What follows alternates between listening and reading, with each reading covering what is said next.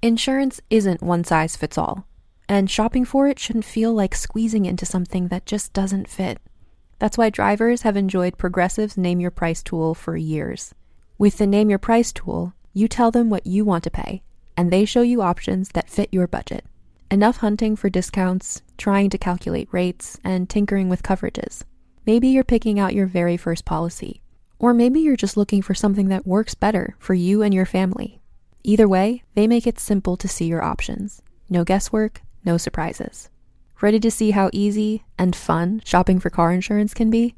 Visit Progressive.com and give the Name Your Price tool a try. Take the stress out of shopping and find coverage that fits your life, on your terms. Progressive Casualty Insurance Company and Affiliates. Price and coverage match limited by state law.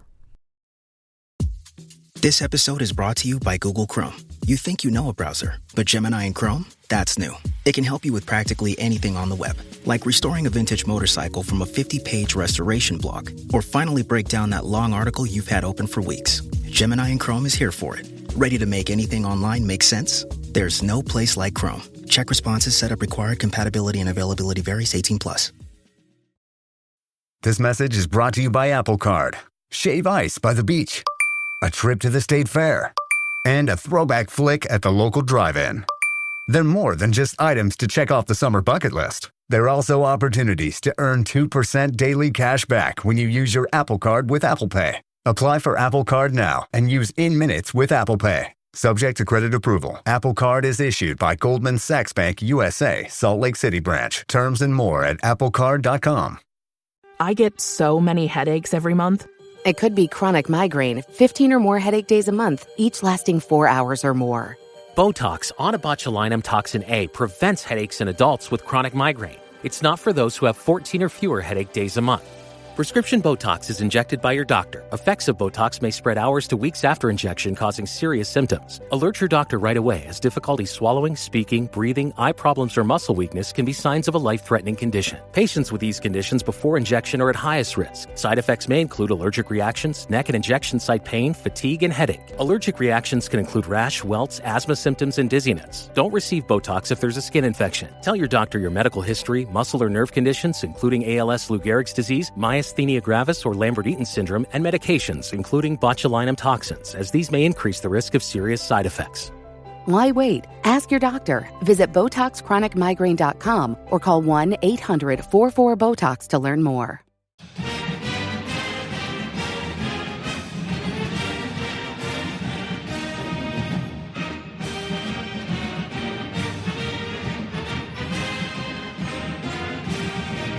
Hi there, Duke fans. Time for episode 838 of the Duke Basketball Roundup. I hope you were with us earlier this week when we spoke to Ruben Boomche,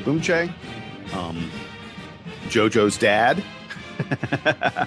That was a ton of fun, a really interesting little interview that we had earlier this week. If you missed that, episode 837, go back and check it out.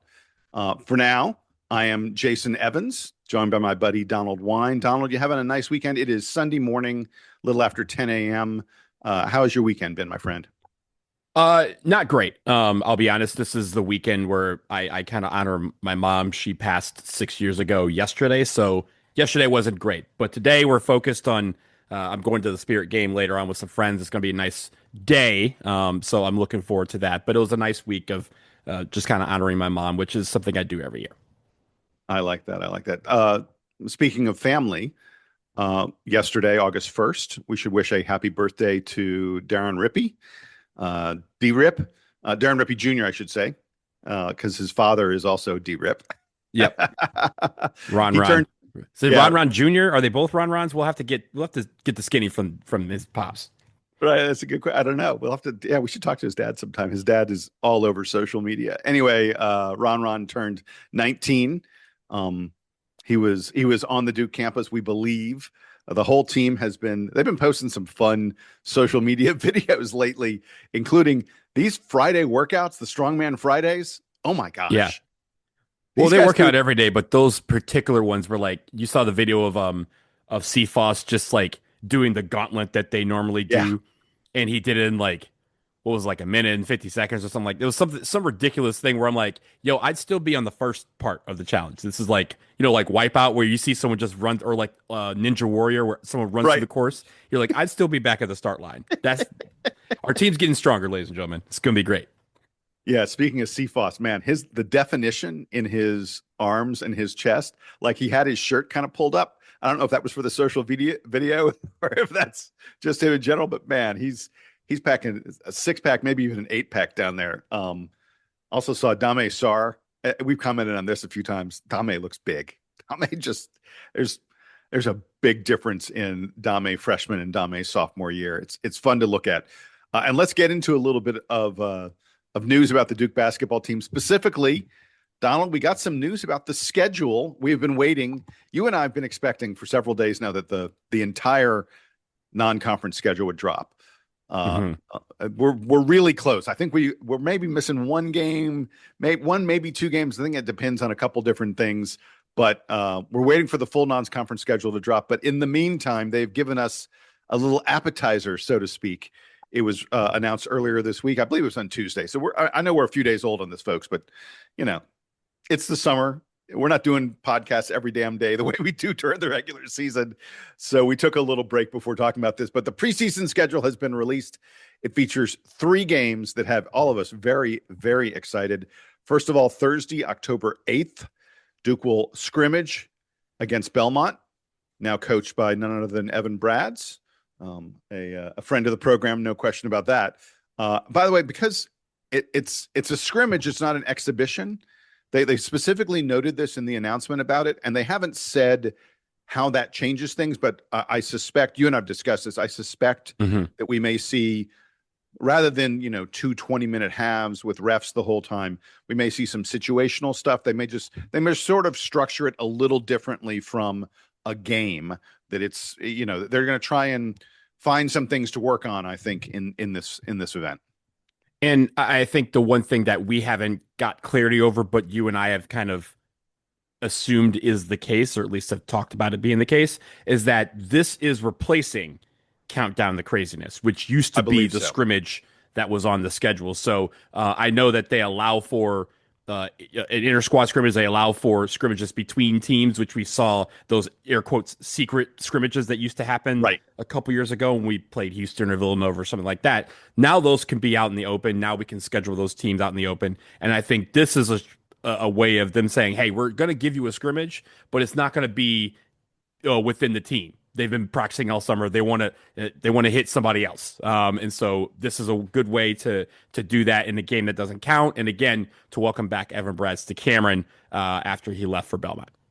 Yeah, it'll be a ton of fun. The next one comes 12 days later, Tuesday, October 20th. That will be a full-on exhibition, a full-on game, although it doesn't count in the standings. And Duke will be playing Tennessee in Cameron. Last year we played Tennessee in their place. This year we played Tennessee in Cameron, a home and home series, so to speak. Super excited about that. This Tennessee club, very experienced. They brought in a bunch of high-profile transfers at Tennessee. This is a team that is expected to be near the top of the SEC, and a really great test, I think, for Duke's young freshmen. I'm really interested in seeing, how Cam Williams, how Ron, how JoJo react to playing against guys who are going to be physically more advanced than much of what they've seen throughout their careers. Yeah, and again, it's the return game from last year's game at Thompson Bowling, and I like the fact that we are challenging ourselves in the preseason. I know sometimes a lot of people say, "Hey, warm up with some of the the air quotes cupcakes."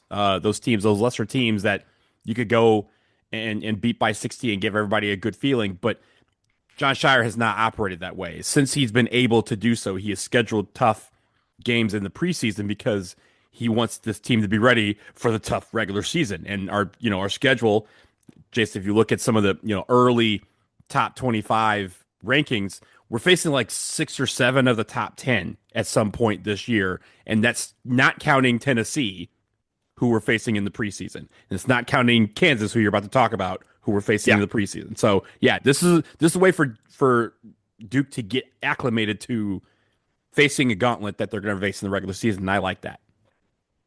Yeah, as you just alluded to, on Sunday, October 25th, Duke will travel to Lawrence, Kansas to play in one of the legendary arenas. If you ask folks out there, I think most people would say that there are three places, three arenas that are a cut above everyone else. It's Cameron, it's Allen Fieldhouse at Kansas, and it's Rupp Arena at Kentucky. I think most people say Cameron is the number one, but getting a chance to play in Allen Fieldhouse is just super, super exciting. We had hints about this, Donald. You and I heard rumors and talk about it. We spoke about it on this podcast, I want to say like 6 weeks ago or so. My understanding is that this will be a home and home exhibition series, that Duke is playing at Kansas this year, and next year Kansas will come play in Cameron, the same way we've done with Tennessee. That was confirmed. They confirmed that in the press release that Kansas will come to Cameron in 2027 at some point in October for an exhibition. So that at least that part's confirmed. What we had been hearing was that it was kind of a bridge into a true home and home during the regular season, which that part hasn't panned out. But if you think about it, Jason, we played them last year. We played them in Vegas. We played them last year in the Champions Classic. We have these home and home exhibitions, and then we're right back against them in the Champions Classic. So it'll be like 5 years in a row that we've seen them at some point during the season. Yeah, and Kansas, obviously one of the great programs in the sport. They were down last year. I'm not going to get into a full breakdown of their roster. We'll do that at a later date, but they have at least one really, really interesting person in Tyrann Stokes, who's considered the number one player in the class, the favorite to be the number one pick in the 2027 NBA draft.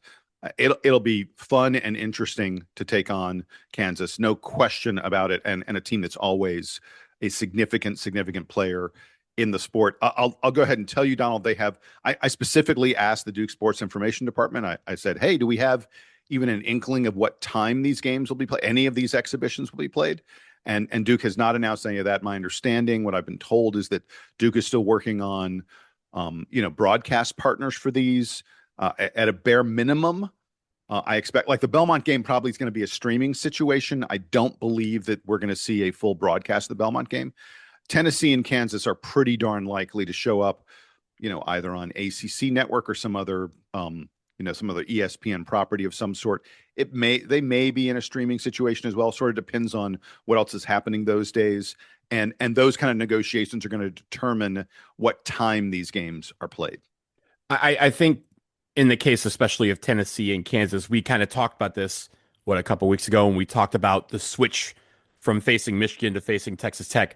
Both those teams, SEC, Big 12, ESPN properties. So I would imagine that those games would be placed on ESPN, ESPN2, something like that. But there would be a streaming option. But I think those two will be on linear TV in some fashion. Now, the Belmont game, kind of like Countdown to Craziness, I believe you're right. They're going to put that on, ESPN Plus, the ACC Network Extra, something like that for that particular scrimmage, because it's not a full-fledged game, and there's no point in putting that on linear TV. But the other two, I mean, they confirmed in the press release that, hey, there's no times yet for these things. We're working on it. And everyone kind of said, oh, it's because they're going to try and figure out a way to put this on ESPN or ESPN2, one of the family of networks.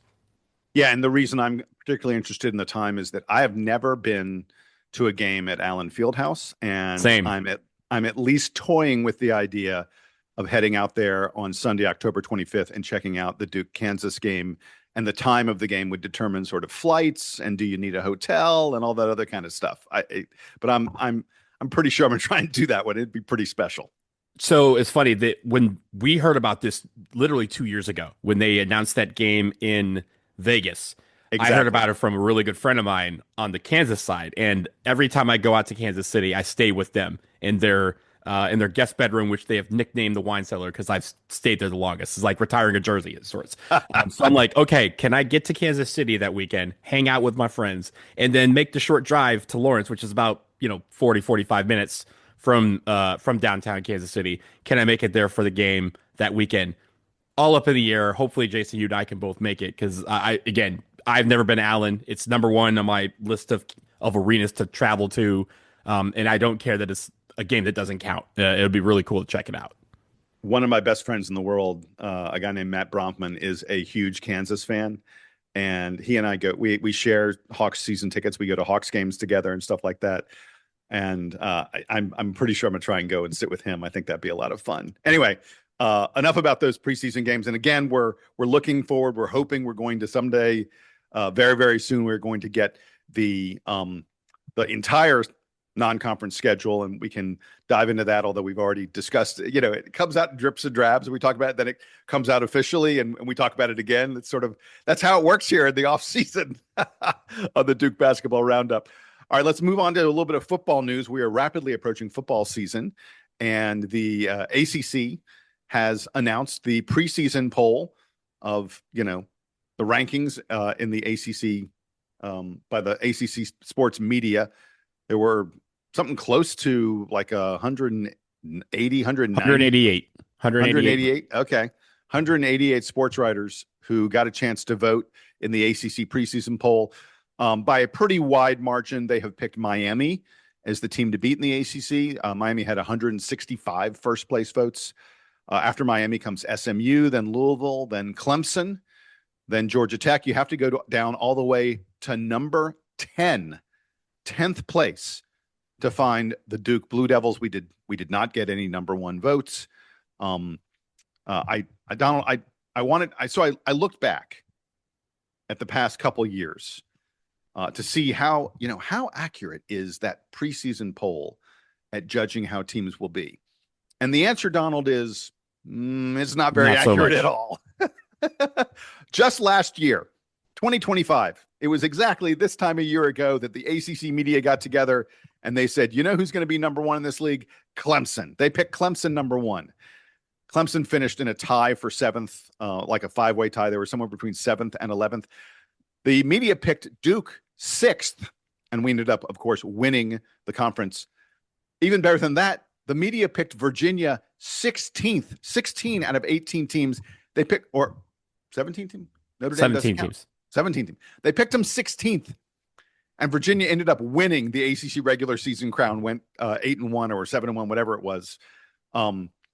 Last year, in 2025, FSU had the third most number one votes, and they finished tied for 13th to 15th place with 2 ACC wins. So the media expected Clemson to be great. They expected Florida State to be great. Neither one of them were very good at all. They picked Duke to be middle of the pack. We won the league. They picked Virginia to be the very bottom of the league, and Virginia won the title. I said, well, maybe 2025 is an outlier, Maybe it was just one bad year. I mean, these guys are usually really good. So I looked at 2024, the previous year. Florida State was picked number one in the ACC. They finished dead last. They went 1-7. Well, that was coming off where they were robbed of the national or of the playoff appearance, and they responded by just punting on the entire season. Yes, they did. But the media said, oh, they're going to be number one. They're going to be best. And they finished dead. You literally can't get it more wrong than the media did in 2024. Duke, by the way, in 2024 was picked 11th. We finished in a 4-way tie for 4th. SMU was picked 7th. They're in the table. They went undefeated in the conference to win the regular season. So when I tell you that the media has picked Duke 10th, don't be too despondent. We have shown the past 2 seasons that we finish well ahead of where they pick us. And I think anyone picking Duke 10th has made a mistake.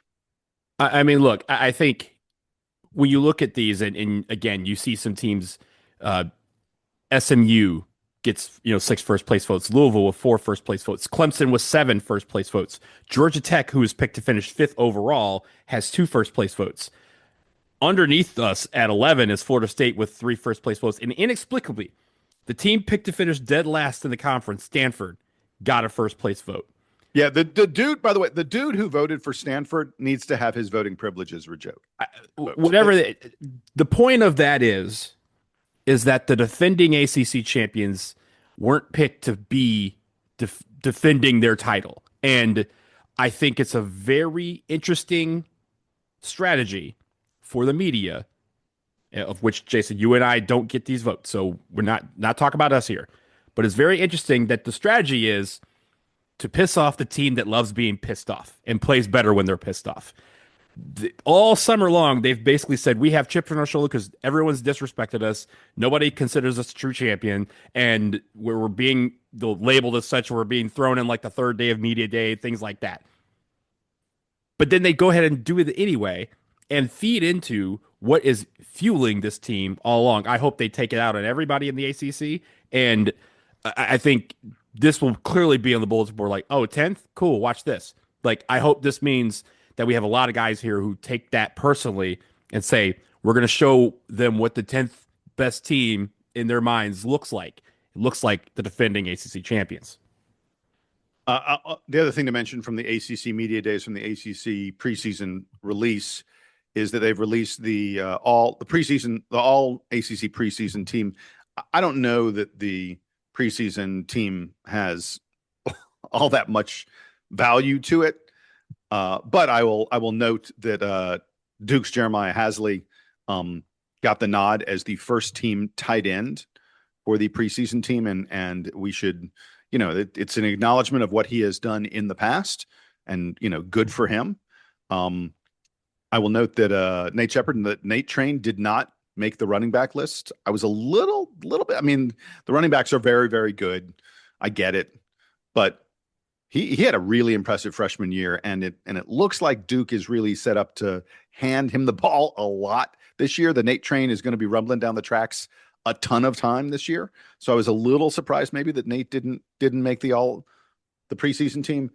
And the last thing I'm going to note, Donald, he who shall not be named was picked as the ACC preseason player of the year.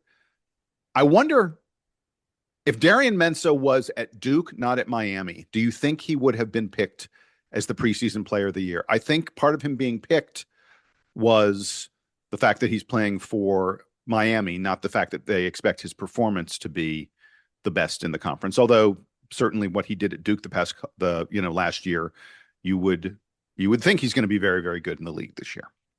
It was going to be the quarterback on who they think is the best team, and clearly they think Miami by a large stretch is the best team.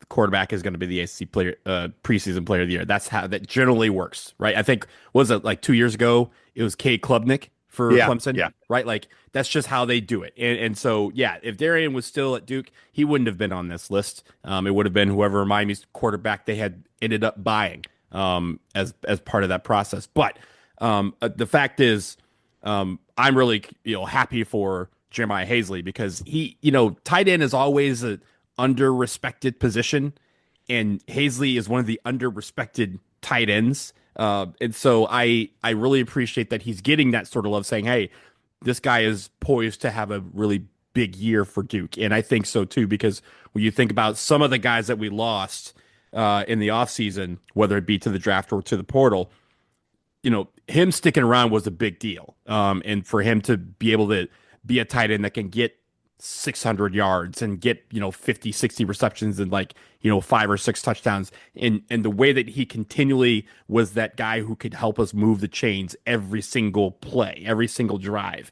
I think he's a guy that's going to be counted on for whichever quarterback ends up getting the starting nod, to be a guy that, hey, I'm gonna look for him over there out in the wing, and I can get the ball to him because I know he's going to catch it and I know he's going to keep this possession going with his hands. So I really like that, and I think the world of Hasley, and I think he's going to be a really good player, and I think going to have a really good year for the Blue Devils.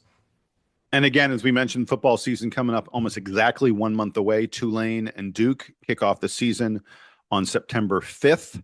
That's a month and a couple days from now, and we'll have more football preview stuff as we get closer and closer to it. We're going to take a quick break here. On the other side, hey, this just in, there's chaos in college basketball regarding eligibility and players moving teams and all the other kind of stuff. I know, it's shocking to hear. This never happens, does it? Water is wet. Yeah, water is wet. Exactly. Yeah, the NCAA seems to have no idea what's going on, and it's just absolute just unruly mess. We will talk about the unruly mess in just a moment.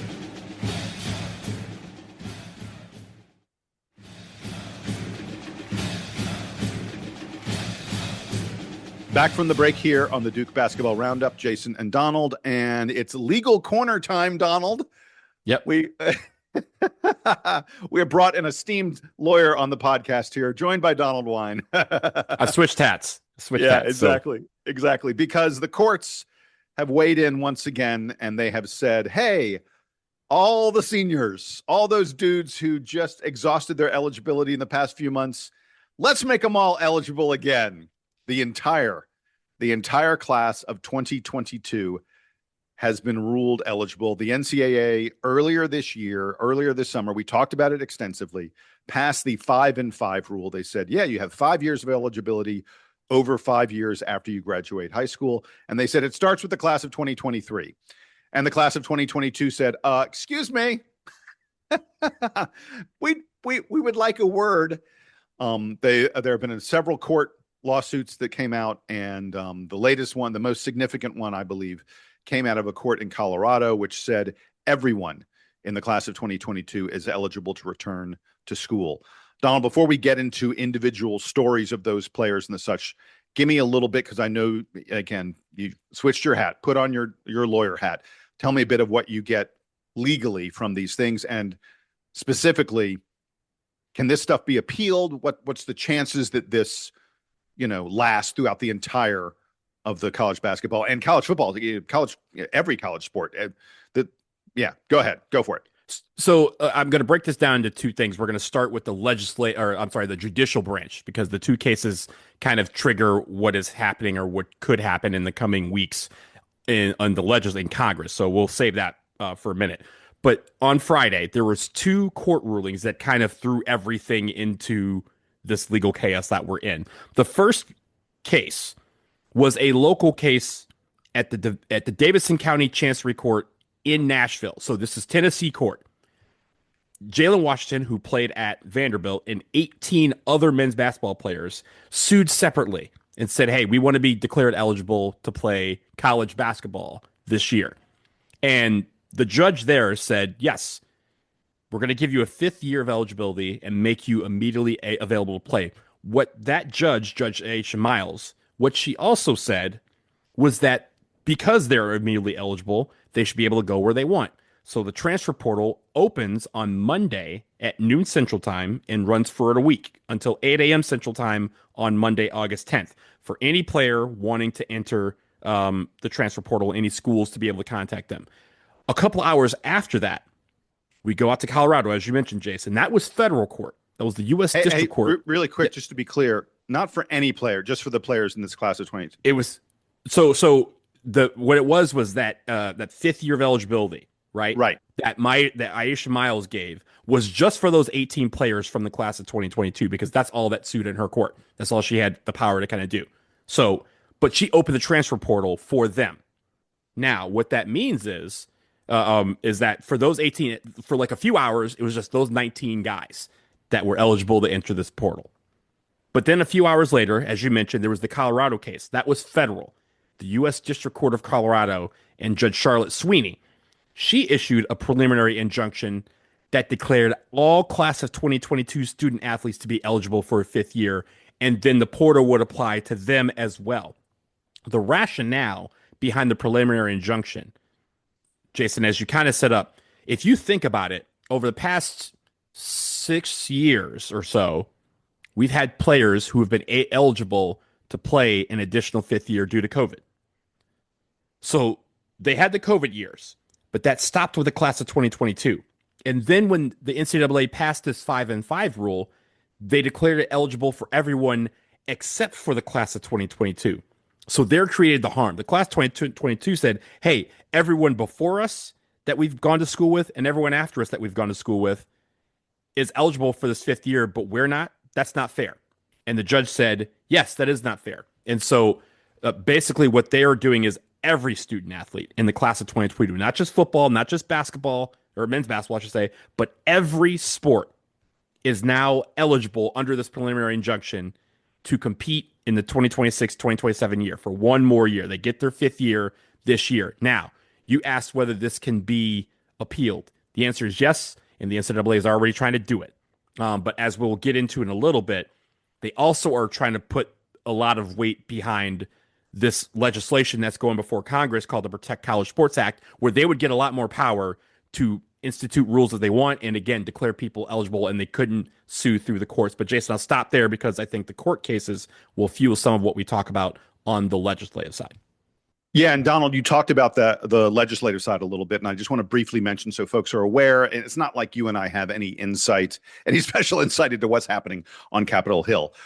But there is an act that has been sponsored in the Senate by Ted Cruz and I think it's Maria Cantwell. Oh my gosh, I blanked on the other one. But two senators, one Democrat, one Republican, that would clean up a lot of this stuff. It would define some eligibility rules and some NIL, some spending caps and things. There are a number of ways that they're trying to fix or improve the chaos that we've seen in college basketball over all college sports over the past several years. I'm not going to opine on the pluses and minuses of it, because I think there are aspects of it that are really good and there are aspects of it that I think are problematic, because my bet is it's going to be changed along the way at some point. But getting Congress to move on this, I think, is a really good thing. The NCAA has shown that they are A, unwilling, and B, unable to get a handle on the total free agency that we've seen. And I don't think there's any of us who really love every single player out there being eligible to choose a new team every single year. It's unsettling from the standpoint of fandom. But I wanted to mention that act that they're attempting to get first through the Senate and they would then try and get it through the House had been really held up because the Big Ten and the SEC didn't like it. There were aspects of it that they were not in favor of. Well, on Friday, and I'm not quite sure what changed their mind, but both the Big Ten and the SEC came out and said, okay, we're cool with this. We should pass this. I think what may have changed their mind may have been all this legal stuff and the new 5-and-5 rules. What do you think? No, it's the money. Because part of the thing that's being reworked in this Protect College Sports Act is that at first it was just going to be a $27.5 million cap. That's what the Big Ten and SEC were like, guys, like we spend that on college basketball, on men's basketball. Like, yeah, that's nothing to us, right? If we just talked about, how many teams are spending $25-30 million on their NIL budgets for just men's basketball.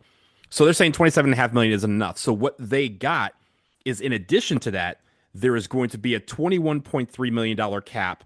The $21.3 million cap already exists. That's the small part. The $27.5 million can be used to retain players. So, Jason, for Duke, for example, we can sit there and say, hey, we have $21.5 million to spend on getting new guys, whether it be high school seniors or guys from transportal, and we can use $27 million to retain guys like JoJo, and if we want to retain Blackwell for a fifth year, keep Rippy in a uniform, we can do that with the additional money. So the SEC and Big Ten said, okay, now we got two pots combined. It's about $48 million, but we have more money to retain players that we already have, and we still have this little part over here that we can use to bring in new players. Okay, now we're good. Now we're in the game here, and now we're about it. But Jason, I think the one thing about it, someone who lives over here in DC, Capitol Hill has been raging about this for months because the NCAA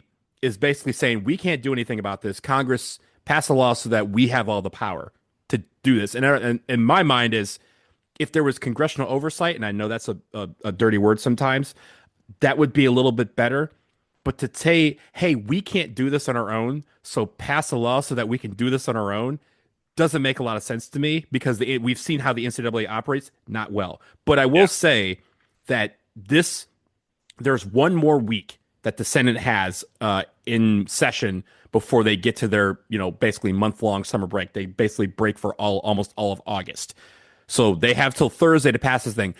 Ironically, one of the senators who is dead set against this is Tommy Tuberville, who used to coach college football and is running for governor of Alabama, which has two teams in the SEC. I wonder how his vote might change in some of these votes in the southern states and in the Midwest, with the fact that the Big Ten has signed and the SEC has signed on to this. That remains to be seen. I don't think this will get passed this week, but I do think it opens up the door for more senators to be amicable to this and have it go to the House, where the House is another, set of issues. To get off my political soapbox, that's going to take a little bit more time as well. But I do think that the two biggest conferences, or the conferences that make the most money, signing on to this is a big boost for the NCAA, because now they say, hey, we got all the money on our side now, so why don't we go ahead and get this thing passed so we can get back to doing what we want to do. I still remain skeptical on what power the NCAA would grab from this, because we've seen what they do with that, and it's throw it down the toilet. Yeah, it's kind of incredible how inept the NCAA is at enforcing their own rules, and I don't know. It's just a mess. It's a mess. All right, so here's where I am on all this. A bunch of class of 2022 players are going to are currently eligible.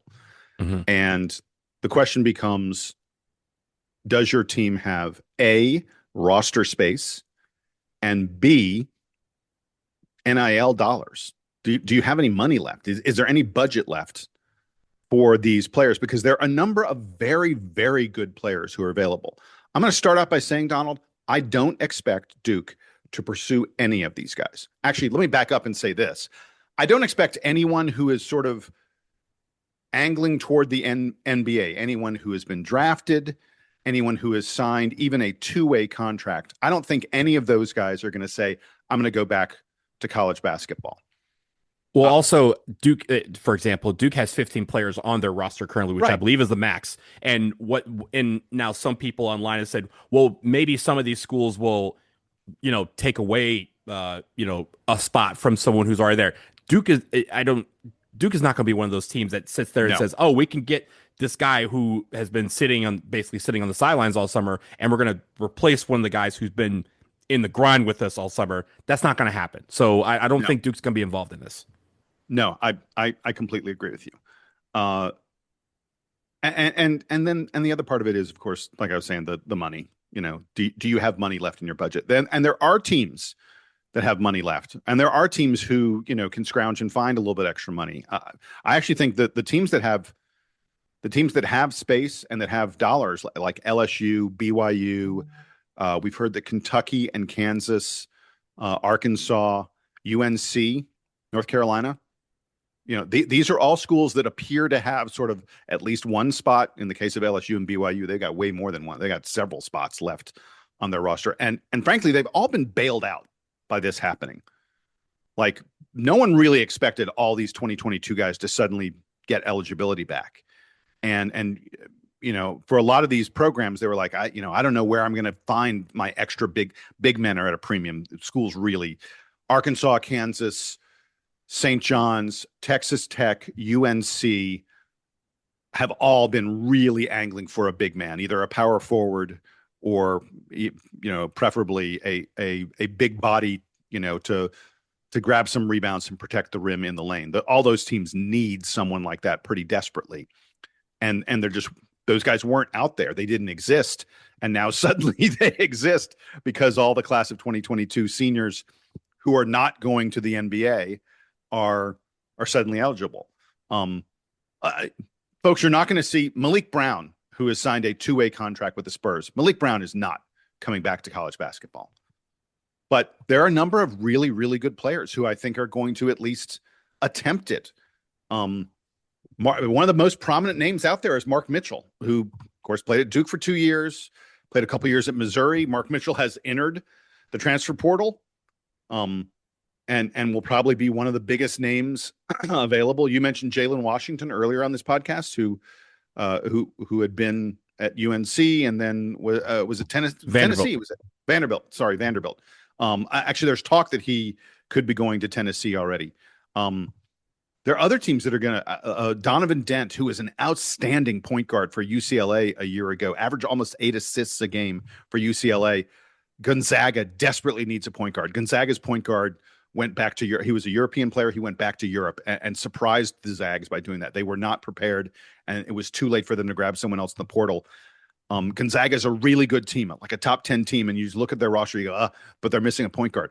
Suddenly Donovan Dent is available, and I think that they're going to find the money to to get him. There are a bunch of other really, really good players.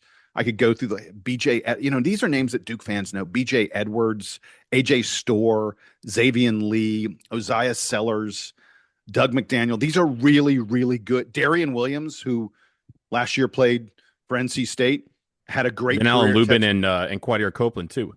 Yeah. Yes. Vanilla, Quadir Copeland. Yeah. Really high quality guards. Lots of talk that Darian Williams is going to go back to Texas Tech. Remember, he was at Texas Tech. He left Texas Tech. Texas Tech, of course, we talked about the fact JT Toppin is going to be injured for the first at least half of the season or so. Might come back by the Duke game. Maybe not. But they need, another sort of big body. Darian Williams apparently is going to go back to Texas Tech. My big question, Donald, is what happens to these guys? They fill up roster spots. They get NIL dollars. What happens if a court reverses this? The NCAA said we're going to appeal, and appeals courts, the preliminary injunctions that these players have gotten, those come with a fairly low bar. The reversals that have happened, and we've seen it happen repeatedly. Guy gets declared eligible, NCAA appeals, it goes to an appeals court, and the appeals court goes, yeah, no, this is clearly against NCAA rules, and they reverse it. What's going to happen in January, February, when these guys who teams have been counting on all season suddenly get declared ineligible? It's chaos. I mean, look, it happened last year, right? With Alabama when they got Bediako. Yep. Yeah, and for 5 games, the Alabama court said, no, he can play. So they put him in immediately. And then 5 games later, he was declared ineligible again. And the NCAA basically said during the for tournament consideration, they said, we're not going to consider those 5 games, whether they won, whether they lost. Those don't count when we're in the room talking about them. And that's going to happen a lot if this continues. And again, you have some reversals. But Jason, you have there's a lot of people out there who are fearing that some of these teams, like you mentioned, the teams that were bailed out, namely LSU, right? Who all of a sudden Will Wade, who left in the heat of the night, has 5 of his former players eligible all of a sudden. Well, they've got LSU literally, I think, only has 5 guys in their roster. They have 5 guys on their official roster right now. And what Will Wade was going to do was he's got 4 or 5 guys from international leagues who are 27, 28 years, guys who have no business in college. And he's lined those guys up and he's like, oh, I'm going to bring those guys over. And the NCAA is like, you're not bringing over a 27-year-old guy who's been a pro for 6 years since he was 18. He's been a pro. He's been a pro for 10 years. He's going to come back to college basketball. But I think, Jason, the point is a lot of people are thinking, not for you, but for other people, when they say these teams are getting bailed out, they're thinking that all of a sudden they're going to become these Monstars. Nobody's forming a Monstars group from this class of 2022. Sure, will they be older? Yeah, but they're not Will Wade's not going to get 9 guys that are going to fundamentally change where LSU is going to be in the SEC, right? They're not going to go from 15th to 1st. That's just not going to happen with this group of guys. Will they get some guys that can help them compete? Sure, absolutely. Will they get guys that, in case of Will Wade, that'll help them field the team? Sure, because he's worried about fielding a team. There's other teams like Kentucky and other places that are like, hey, maybe we can get this guy to kind of round out our roster as opposed to fill out a hole as opposed to filling a hole as opposed to completing a team. So I think some of these guys, and also there comes that caveat that, and this is not just, we're talking about men's basketball here. College football, as you mentioned, Jason, starts in 3 weeks. Week 0 is August 30th, August 29th. There's 3 weeks before college football starts, and there's 1,500 college football seniors who are now eligible for a 5th year. Will some of those teams pick up an extra guy? And they're not going to be guys that move the needle, but if they're like, hey, we really have a hole here, this guy got hurt during summer practice, they can go out and get some of these guys. But of the question of, in that regard, when you're talking about the playoff consideration, if a guy becomes ineligible and they have to disregard 4 of your games because that guy played a down, is that something that a college or a team is willing to consider, willing to, risk? That's going to be the big question. People think this is going to be a Wild West again 3 weeks before the college football season. I don't know that it's necessarily going to be the case. We'll see some movement, but some of these guys are still waiting to see what the appeals process is like, because last year, almost every single time the NCAA appealed to something happened where a guy became at least temporarily ineligible, and then those games weren't considered. And teams don't want to risk that. Most of all in college football, where you only have 12 to make it count. Yeah. Look, we could go on and on talking about the insanity of all this stuff. We have spent many a podcast episode talking about the NCAA doesn't know what they're doing. They have no control over the sport. It is barely organized chaos at this point. We should not be surprised that we have yet another headline, yet another story that indicates those very, very same things. Don, give me a last word on this. Yeah. And I will say that in the case of this, like the class 2022, they have a really, really good point. They're the only class of the last 10 years that didn't get this 5 years. Yeah. And I wonder if this had happened in April when they were talking about this 5-5, if the NCAA said, yeah, everybody, like, I know you're about to graduate, but consider this, we're going to make this 5-5 and you're going to be eligible and everyone's going to get an additional fifth year, including you that are about to receive your diplomas. I wonder how that changes the landscape of college basketball and college football. You have guys like Drew Aller and Cade Klubnik who would probably have not gone pro. They would have stayed in college for $5 million as quarterbacks. Malik Brown would have had at least a debate over does he stay in school or go to the NBA. Of course, if he had stayed, he would have stayed right here at Duke, and we've made a few $1 million, right? So there's things that people could have considered. Now, will guys have still gone? Sure. But I think if you had done this, if the NCAA had done this in April, like intelligent human beings, they wouldn't be in this hellfire in August. That's the only thing is, again, if they were adults in the room, when they were meeting at, the Final Four, they could have gotten this done and saved themselves a lot of aggravation and a lot of money paying people like me to hear an argument in a court because they didn't get this done several months ago. So that's my last story, and I'm sticking to it. But the NCAA, again, we're looking for the adults in the room. And Jason, you and I are in this room, but there's no other adults present from the NCAA. Look, the response to should they have done it in April, it would have been better if it happened in April than August. Unquestionably. Yeah. There's no question about that. The problem that you always had with this is when you implement it, you then suddenly impact the incoming freshmen. If all these guys, all the class of 2022 guys were getting an extra year and you decide that in April, what happens to all the teams who are bringing in freshmen who they suddenly don't really have a spot for on their roster? It's just anytime you change eligibility rules and add an entire extra class, 25% of players are retaining and are being added to the fold, so to speak. You create a horrible domino effect for incoming freshmen who have to suddenly compete with them. And I think that's what the NCAA was hoping to avoid. But it was not surprising that the courts weighed in the way they have. Don, the last thing I want to say on this really quickly is we've talked about the fact that we don't think Duke's going to add anyone because of this. We've talked about the fact that, no one knows how long this eligibility will last and whether it may be overturned by an appeals court. But if it does not get overturned, I see this as a small disadvantage to Duke because our roster is already done. Our budgets, our NIL is already taken up. We're not adding anybody. And one of the big advantages that I think Duke had over the rest of college basketball was our depth. We have talked extensively about how ridiculously deep and talented this Duke team is. Just a week ago, we were talking about the fact that there are national college basketball analysts who say Duke's second five, the bench, would be a top 20, top 25 team. And no one's like, that's crazy. Everyone's like, yeah, absolutely. One of Duke's biggest advantages over the rest of college basketball in the coming season is the quality of our depth. And with this new rule, there are a lot of other teams who are going to be able to add to their depth. We talked about the fact that we're not adding guys who are going to be first team all conference, but you're adding pieces that are good depth pieces. If North Carolina adds a Micah Handgliden or whatever I can't pronounce his last name, the guy from Florida who is a big body on the inside who's been linked to Carolina.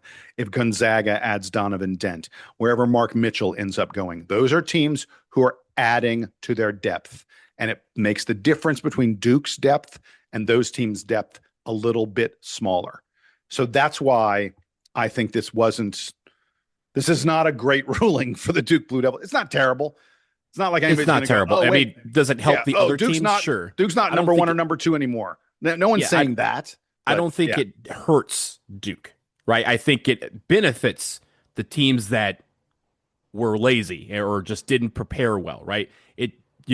Chance favors the prepared mind, as they say. Duke was always the prepared mind. Like, it's not going to affect them. It's just going to affect the opponents that we face. And again, Duke is structured for this, and knowing them, they probably knew this was coming and prepared for it anyway, right? So, because again, some of the teams you mentioned, like a Florida, like a UNC, we're going to see them during the regular season. So, I'm sure they are not concerned in the sense of like, okay, we're just adding another guy to our scouting report.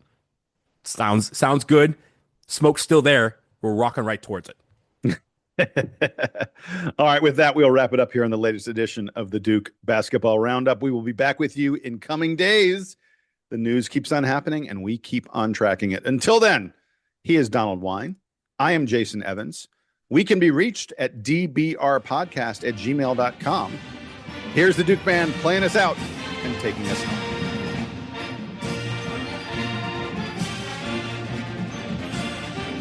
So, Jason, I told you, I think I told you this. I got a screening, a ticket for the Odyssey in IMAX. Oh, yeah. What do you think, man? It's on Tuesday. I'm going Tuesday morning at 10 a.m. And so I'm like, okay, I have this $5 ticket that I get through T-Mobile for Spider-Man. And I was like, okay, we need to figure out a time to go see Spider-Man. I'm going on Wednesday at 10 a.m. And Jason, as of right now, I am the only person in the theater. I am really hoping that no one else shows up just so I can have this greeting to myself. I think it'd be cool with other people, but it's going to be 10 a.m. It's not going to be like a raucous thing. But I've never been in a movie theater. I've been in a movie theater like, 5 other people, but I've never been in one where it's just me. So I'm almost counting my blessings. Like, can this happen? Can I get this experience just to see how weird it is or how cool it might be? But yeah, that's my Spider-Man story. I would let you know how it is, but everyone's saying it's amazing. So yeah, it may be set. It looks like it may set the all-time opening weekend record. I will tell you. So I have been in theaters before where there were like maybe 3 or 4 total people. Mm-hmm. And if you're not sitting close to them, I'm not sure how that would be different than if you're the only one. Although I guess if you're the only one, you could like yell stuff at the screen. That could be kind of fun. Right. Like when something happens, I'd be like, don't go in there. Like I can do that. And I won't bother anybody. And the projectionist is in his soundproof window. So he's just going to see me like throwing popcorn at the screen and just like, it's just some dude, enjoying his 10 a.m. conference work meeting. That he probably scheduled. So I love it. Have fun, man. Let me know how it goes. Will do.